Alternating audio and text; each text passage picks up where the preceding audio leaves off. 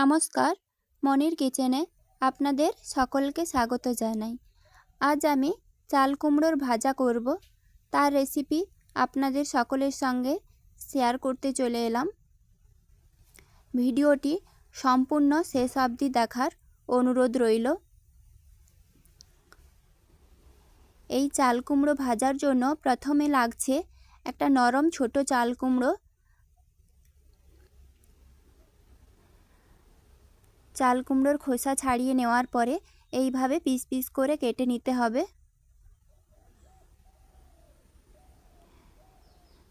কেটে নেওয়া চাল কুমড়োতে আমি দিয়ে দিচ্ছি লবণ আর হলুদ গুঁড়ো, মাখিয়ে নিতে হবে।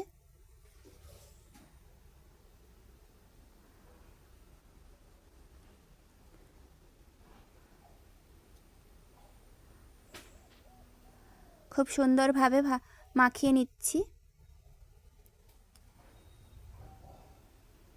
এখন কড়াই দিয়ে দিচ্ছি তেল। এই কড়াতে আগেও কয়েকটা ভাজি করেছি, তাই তেলটা সামান্য কালো দেখাচ্ছে। ওই কড়াতেই আমি আবার চাল কুমড়োর ভাজা বসিয়ে দিয়েছি। তো সেই গরম তেলের মধ্যেই আমি চাল কুমড়োগুলো একটা একটা করে সাজিয়ে দিচ্ছি।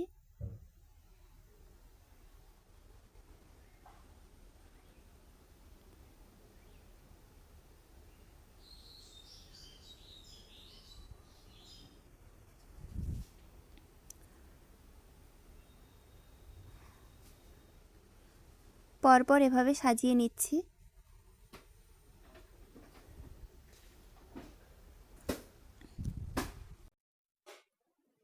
বন্ধুরা, আমার ভিডিও আপনাদের ভালো লেগে থাকলে লাইক, কমেন্ট, শেয়ার আর অবশ্যই চ্যানেলটি সাবস্ক্রাইব করে আমার পাশে থাকবেন। আমি ঢাকনা দিয়ে দিয়েছিলাম, কয়েক মিনিট পরে ঢাকনা খুলে উল্টে নিচ্ছি।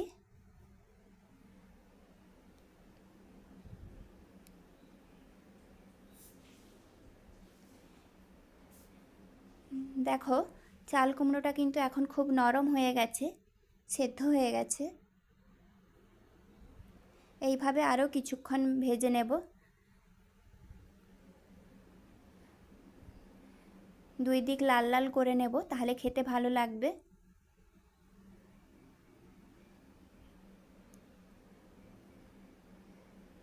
বন্ধুরা, তোমরা আগে কেউ এভাবে চাল কুমড়ো ভাজা খেয়ে থাকলে আমাকে কমেন্টে জানিও। তো চাল কুমড়োগুলো দুই দিক লাল লাল করে ভেজে নেওয়ার পর আমি দিয়ে দিচ্ছি তেল। তেলের মধ্যে দিচ্ছি পেঁয়াজ বাটা।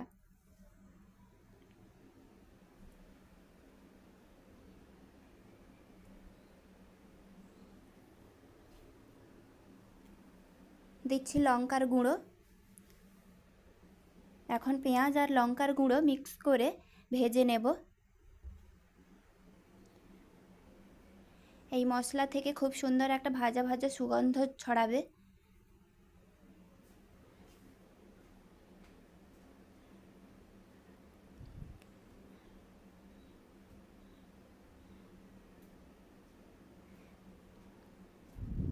পেঁয়াজটা কিন্তু এখন ভাজা ভাজা হয়ে গেছে। আমি চাল কুমড়োর সঙ্গে এখন মিক্স করে নিচ্ছি।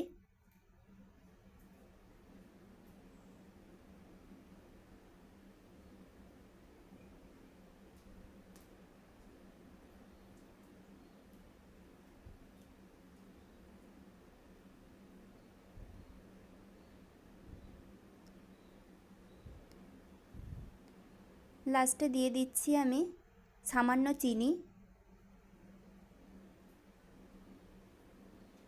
সামান্য মিষ্টি লাগলে খেতে বেশ ভালোই লাগে, তাই দিলাম।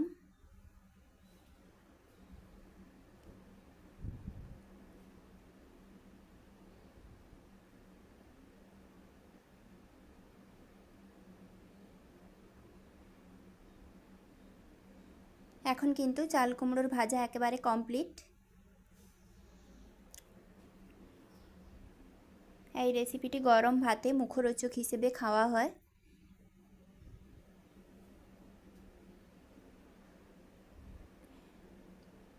আমি একটা প্লেটে নামিয়ে নিচ্ছি। এই রেসিপিটা এখন পরিবেশনের জন্য পারফেক্টলি রেডি হয়ে গেছে।